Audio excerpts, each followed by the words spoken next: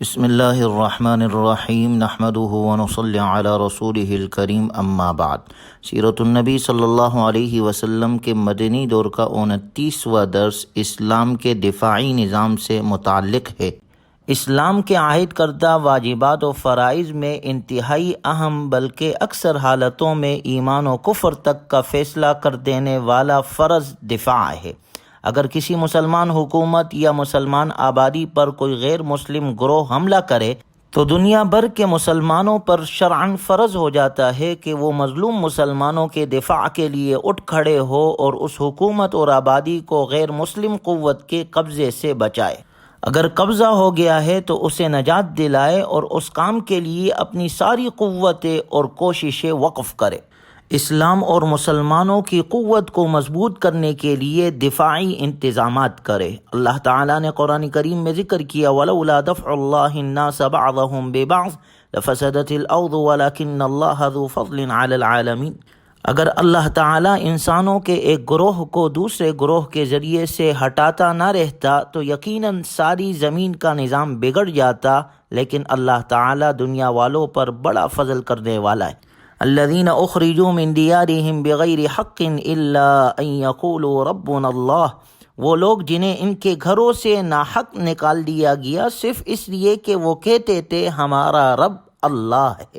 ولولا دفع اللہ الناس بعضهم ببعض لہدمت صوامع وبیع وصلوات ومساجد یذکر فیہا اسم اللہ کثیرا، اور اگر اللہ تعالیٰ لوگوں میں سے بعض کو بعض کے ذریعے سے دفع نہ کرتا تو بلا شبہ خانقاہیں اور گرجے اور یہودی عبادت خانے اور مسجدیں ڈھا دی جاتی جن میں اللہ کا ذکر کثرت سے کیا جاتا ہے۔ یعنی عبادت خانے تو اللہ کی عبادت کے لیے ہی بنتے ہیں، مساجد تو اللہ کے ذکر اور اللہ کی عبادت کے لیے بنائی جاتی ہے، تعمیر کی جاتی ہے۔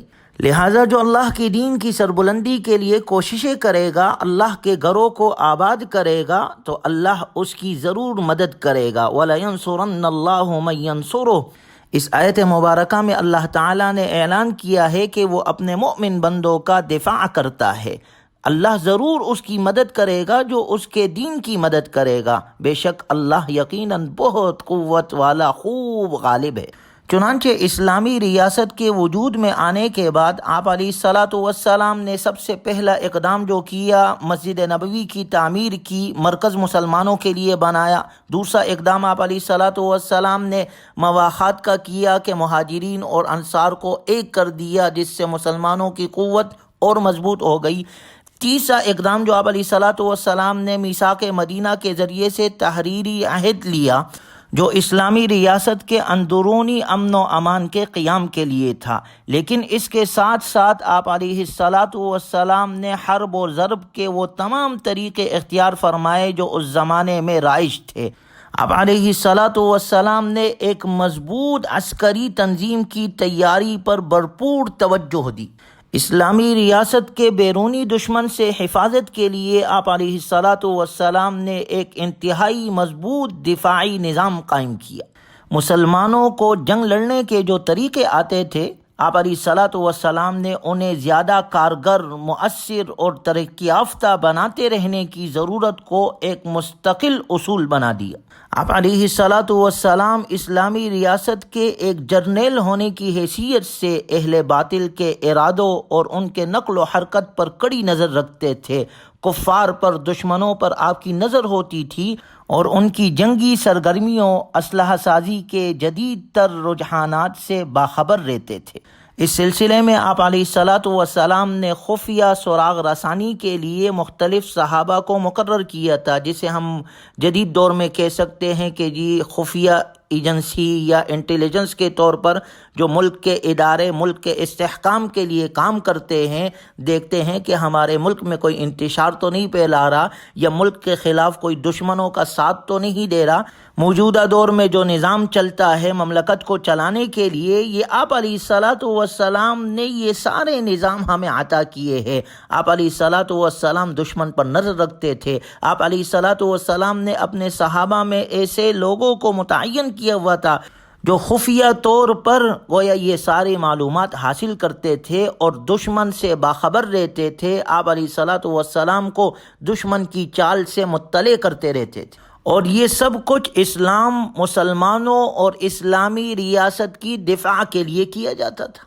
گویا آپ علیہ الصلاۃ والسلام کی تعلیمات سے ہمیں یہ سبق ملتا ہے کہ ہم اپنے مملکت کو کیسے دشمن سے محفوظ رکھ سکتے ہیں، اس کے لیے ہم نے کیا کیا اقدامات کرنے ہیں۔ نبی صلی اللہ علیہ وسلم نے ہمیں یہ طریقہ عطا کیا ہے۔ ہمیں اسلام اور مسلمانوں اور اپنے مملکت کے دفاع کے لیے ہر ممکن کوشش اپنانی چاہیے۔ چنانچہ آپ علیہ الصلاۃ والسلام نے اس اسلامی ریاست کو اندرونی اور بیرونی دشمنوں سے حفاظت کے ساتھ ساتھ اس اسلامی ریاست کے استحکام کے لیے آپ علیہ الصلاۃ والسلام نے مضبوط عسکری تنظیم اور جری فوج منظم کرنے کی تیاری شروع فرما دی۔ اس اسلامی ریاست میں ذوق حرب و ضرب، فوجی صلاحیتوں، قائدانہ خوبیوں، عسکری تجربے، جسمانی قوت، روحانی بلندی اور مادی وسائل کی کوئی کمی نہیں تھی۔ آپ علیہ الصلاۃ والسلام نے بتدریج اس پورے اثاثے کو مرتب اور منظم کر دیا۔ آپ علیہ الصلاۃ والسلام نے ایک اسلامی فوج تیار کی، آپ نے ان کو تعلیم دی، تربیت دی، ان میں صلاحیتیں پیدا کی۔ انہی صلاحیتوں کے بدولت یہ اسلام کا لشکر، یہ مسلمانوں کی فوج، مجاہدین اسلام ایسی تیزی کے ساتھ مراحل طے کرتے اور جزیرہ نما عرب کے طول اور عرض میں اسلام کی اشاعت کے جھنڈے گاڑتے چلے گئے۔ وگرنہ غور کیا جائے تو اسلام میں جنگ کا مقصد انتقام لینا، دوسرے ملکوں پر قبضہ کرنا یا مال و منال حاصل کرنا نہیں ہے، اور نہ ہی اسلام کے نام پر لڑنے والوں کو حکمرانی کی ہوس ہوتی ہے۔ اس کے برعکس اسلام نے جنگ میں اخلاقی حدود کا پاس کرنے اور ظلم و ستم کے تمام طریقوں کو ختم کرنے کے لیے جہاد فی سبیل اللہ کا درس دیا ہے۔ جب ظلم و ستم حد سے تجاوز کر جائے اور معاشرتی، اخلاقی اور سفارتی معاملات سب ختم ہو جائے تو پھر جہاد ہی وہ راستہ ہے جس کے ذریعے سے ظلم و ستم کو ختم کیا جاتا ہے اور اللہ کی بڑائی کی صدائے بلند ہوتی ہے۔ جہاد فی سبیل اللہ کے اصل معنی ہی دین اسلام کے دفاع اور اعلاء کلمت اللہ کے لیے انتہائی کوشش کرنا ہے۔ اس مقدس راستے کا انتہائی قدم اللہ کے لیے اپنے نفس کو، اپنی جان کو قربان کرنا ہے۔ آپ علیہ الصلاۃ والسلام کی بعثت کا اصل مقصد صرف اللہ کے دین کا نفاذ تھا۔ جنگ انتہائی ناگزیر مجبوری کی حالت میں ہوتی تھی اور مارکہ آرائی کا انتہائی قدم اس وقت اٹھایا جاتا تھا جب کفار اپنے مکروہ اور برے عزائم سے باز نہ آتے تھے۔ آپ علیہ الصلاۃ والسلام ہر طرح کی کوشش فرماتے تھے کہ کس طرح جنگ ٹل جائے۔ اس لیے آپ علیہ الصلاۃ والسلام اور آپ علیہ الصلاۃ والسلام کے صحابہ اکرام رضی اللہ عنہم اجمعین عین میدان جنگ میں بھی صلح کی شرائط پیش فرما دیتے تھے تاکہ جنگ بند کر دی جائے۔ عین لڑائی کے دوران بھی اگر کوئی صلح کی درخواست کرتا تو آپ علیہ الصلاۃ والسلام اسے قبول فرماتے تھے۔ اس معمول مبارک کی بنا پر آپ علیہ الصلاۃ والسلام نے بعض لوگوں سے جنگ سے پہلے ہی صلح کر لی اور بعض قبائل سے معاہدے بھی کیے۔ گویا آپ علیہ الصلاۃ والسلام کی تعلیمات سے ہمیں یہ سبق ملتا ہے کہ مسلمان حتی الامکان صلح کی کوشش کرتا ہے، لیکن جب کفار اور دشمنوں کی طرف سے ظلم حد سے بڑھ جائے تو پھر دفاع کے لیے مسلمان آگے بڑھتا ہے۔ اور پھر اس جنگ کی صورت میں بھی آپ علیہ الصلاۃ والسلام نے جنگ کے مہذب ضابطے اور قوانین بنائے، اس کے آداب اور اخلاق اور حدود متعین کیے، اسیران جنگ کے لیے نہایت کریمانہ حقوق متعین کیے۔ غفلت میں حملہ، آگ لگانے، لوٹ مار، مسلح، عورتوں، بچوں، بے ضرر بوڑھوں، غلاموں اور قیدیوں کے قتل، بدعہدی اور دیگر وحشانہ افعال کو ممنوع قرار دیا گیا کہ اس سے اپنے آپ کو بچاؤ۔ گویا غور کیا جائے تو اسلام کا عسکری نظام بھی رحمت کے جذبوں سے لبریز ہے۔ اسلام دنیا میں رہنے والے لوگوں کو امن اور سلامتی کا درس دیتا ہے اور لڑائی اور جھگڑوں اور فساد سے منع کرتا ہے۔ تلک الدار الآخرۃ نجعلها للذین لا یریدون علوا فی الارض ولا فسادا والعاقبۃ للمتقین۔ وہ آخرت کا گھر ہم ان لوگوں کو دیں گے جو زمین میں نہ بڑائی چاہتے ہیں اور نہ فساد، اور اچھا انجام تو پرہیزگاروں ہی کے لیے ہے۔ اس سے یہ حقیقت ثابت ہوتی ہے کہ اللہ تعالیٰ نے محض توسیع ریاست کے لیے جنگ کو حرام قرار دیا ہے۔ اس لیے کسی دوسرے کی زمین ہڑپ کرنا گناہ ہے، جسے اللہ نے فساد سے تعبیر کیا ہے۔ وَإِذَا تَوَلَّى سَعَى فِي الْأَرْضِ لِيُفْسِدَ فِيهَا وَيُهْلِكَ الْحَرْثَ وَالنَّسْلَ وَاللَّهُ لَا يُحِبُّ الْمُفْسِدِينَ، اور جب وہ جھگڑالو شخص پلٹتا ہے تو کوشش کرتا ہے کہ زمین میں فساد پھیلائے، کھیتیوں اور نسل کو تباہ کرے، اور اللہ فساد کو پسند نہیں کرتا۔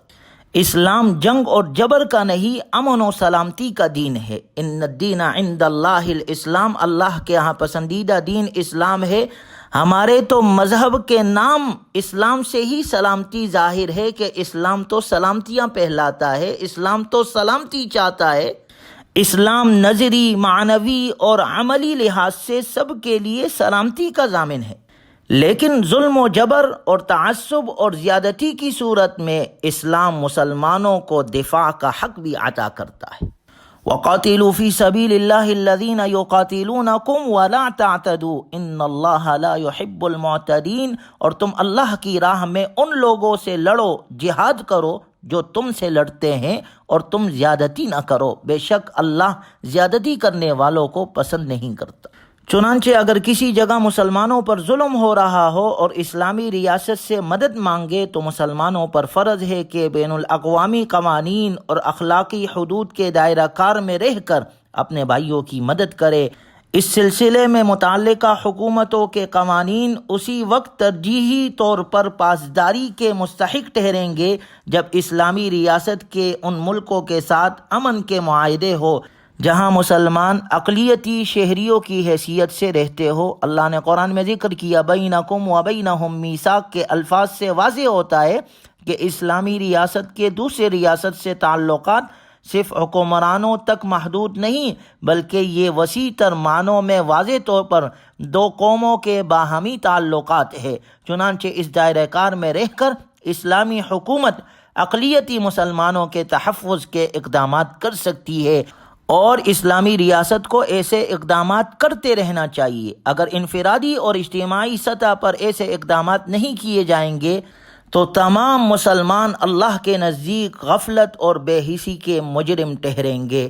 اللہ تبارک و تعالی مسلمانان عالم میں اتفاق اور اتحاد پیدا فرمائے، اسلام کو غلبہ نصیب فرمائے، مسلمانوں کو عزت عطا فرمائے، اور ہمیں کامل طور پر جناب رسول اللہ صلی اللہ علیہ وسلم کے تعلیمات کے مطابق اپنی بقیہ زندگی گزارنے کی توفیق عطا فرمائے۔ وآخر دعوانا ان الحمد للہ رب العالمین۔